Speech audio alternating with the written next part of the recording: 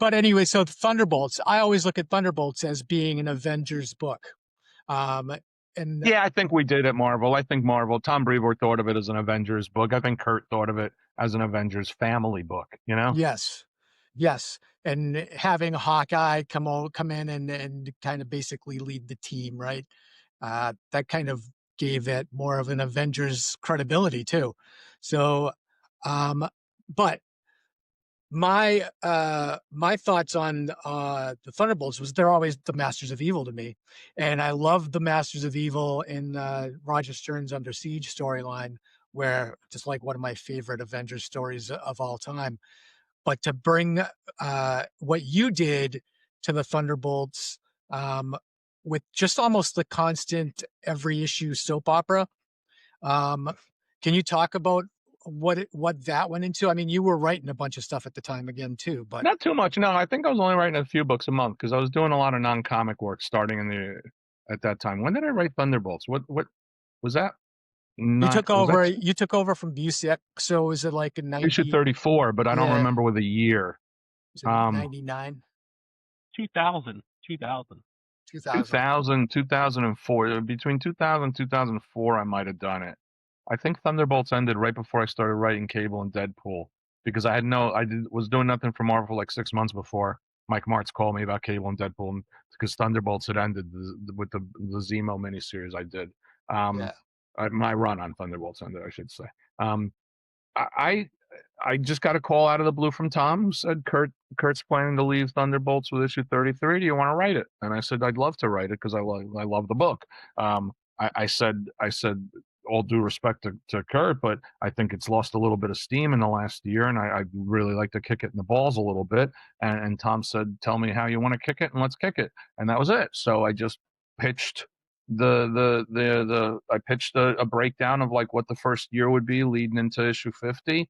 Tom liked the ideas. He liked the Scourge storyline idea. He liked all of it. I worked with Mark plenty before, so it was a very smooth transition.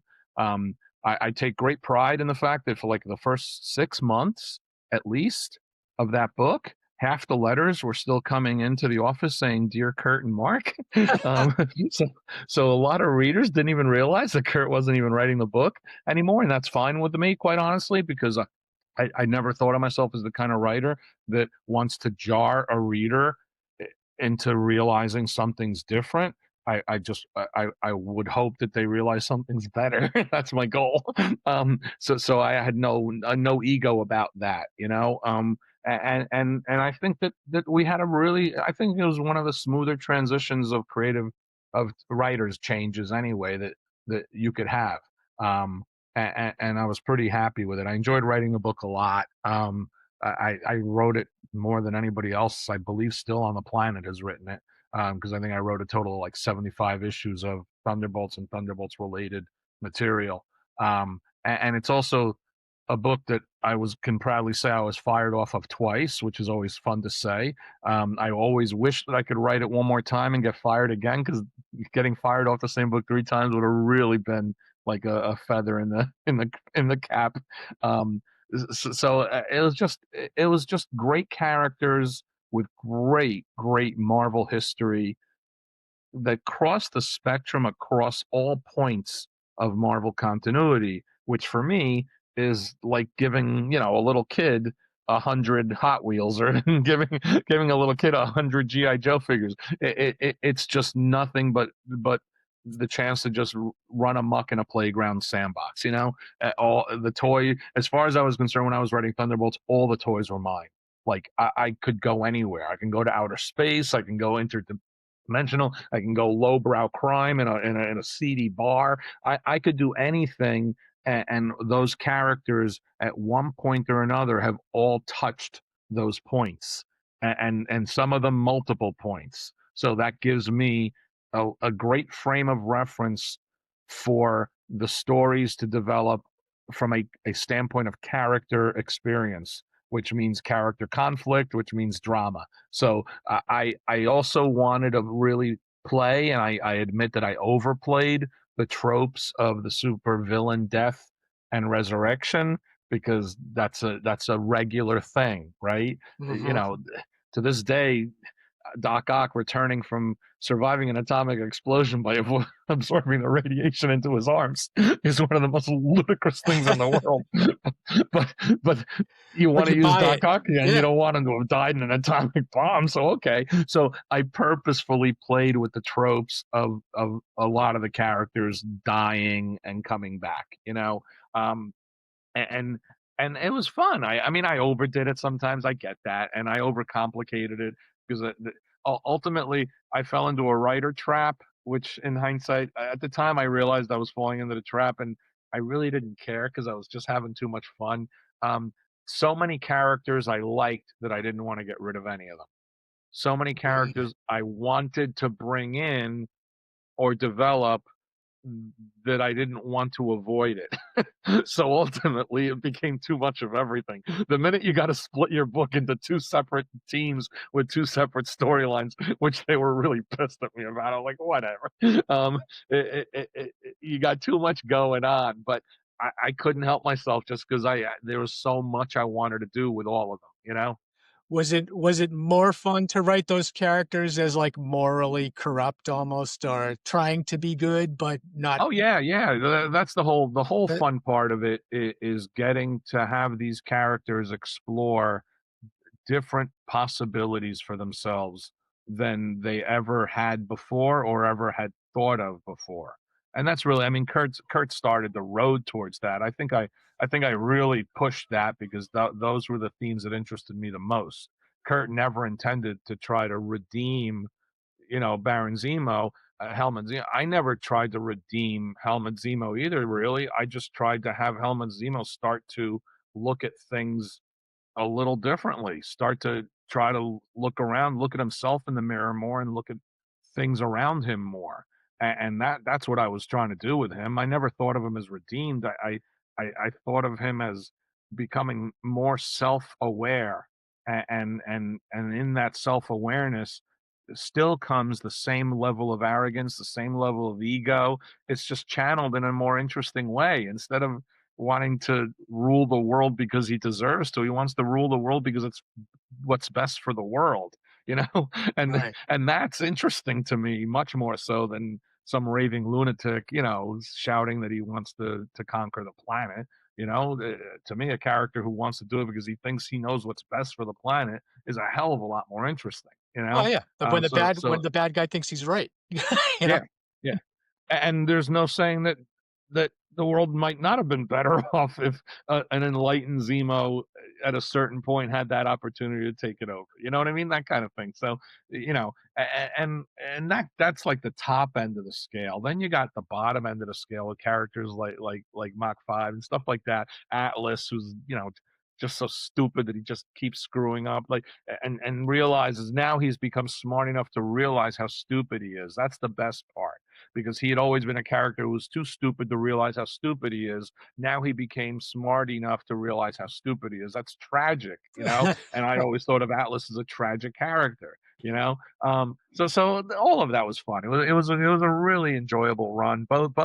Both runs were really enjoyable. The first run I did, and then the new Thunderbolts run I did with Tom Grummett.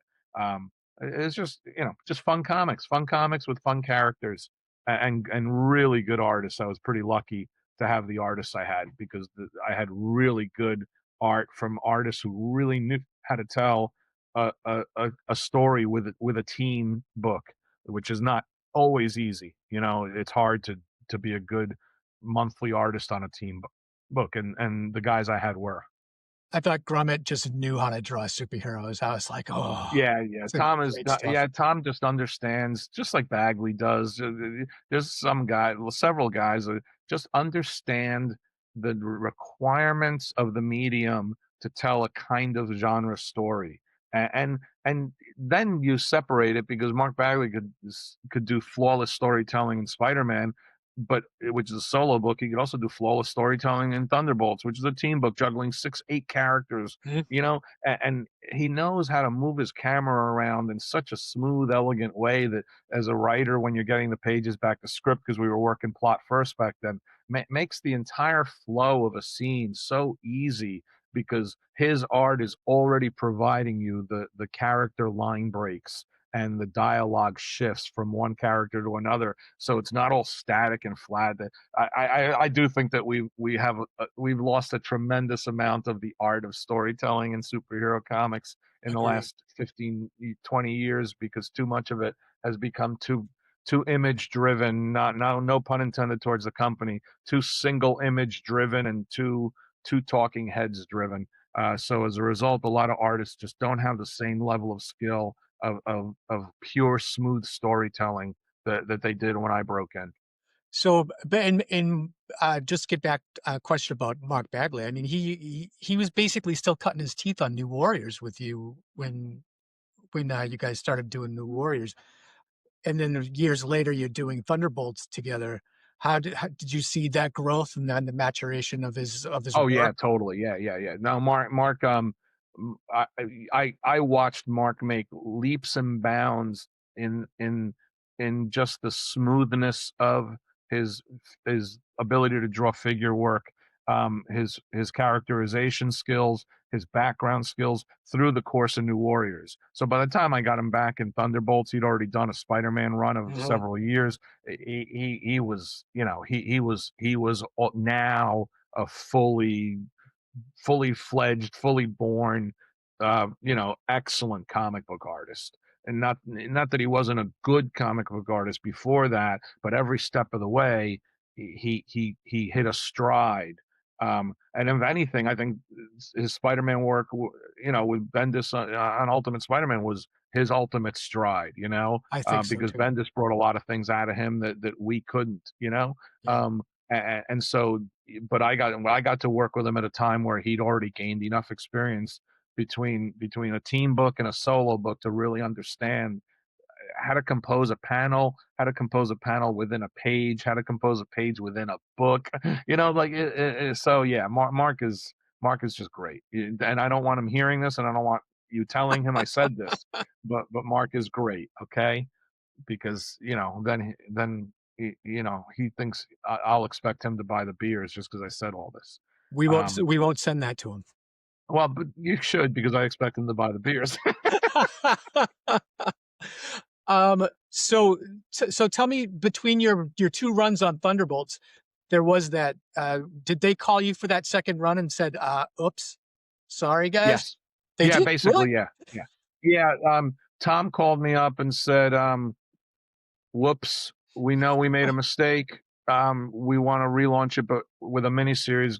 But you mind if Kurt's involved? I said, no, of course not. So, and we want to make it, try to bring in some more attention to it. So we want to do an Avengers versus Thunderbolts miniseries. If that does well, we'll probably launch a new book off of it, and you and Kurt will co-write it. But I knew that I'd be doing the book mostly pretty soon because Kurt's schedule and my own.